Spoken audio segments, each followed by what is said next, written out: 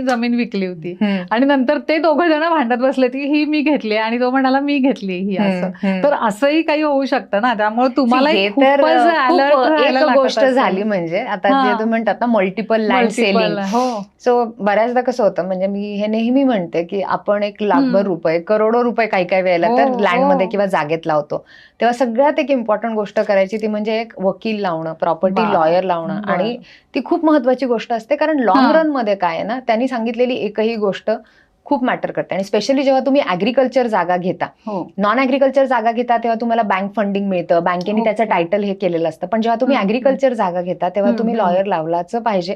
कारण काय होतं, समोर ह्या बऱ्याच गोष्टी येतात. जसं तुम्ही सांगितलं की त्यांनी पहिली कुणाला तरी विकली होती, जर त्यांनी ऍडव्होकेट लावला असता तर त्यांच्या सर्च मध्ये किंवा कुठं ना कुठं तरी ते आलं असतं आणि त्यांना कळलं असतं.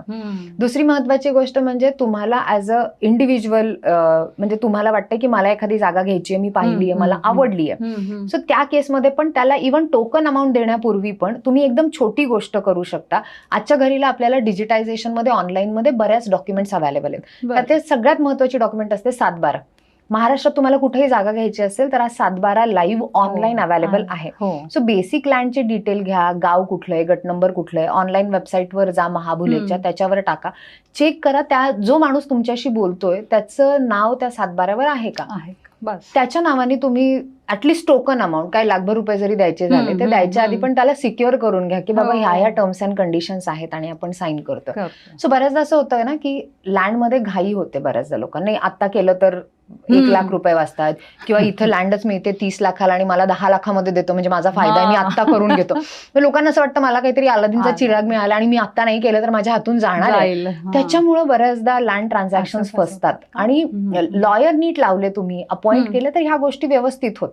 म्हणजे यासाठी तुमचा दिवस म्हणजे सेल्समध्ये असल्यामुळे मला वाटतं ऑफिसमध्ये असतं काम की बाहेर जाणं, किंवा कसा तुमचा हे आहे.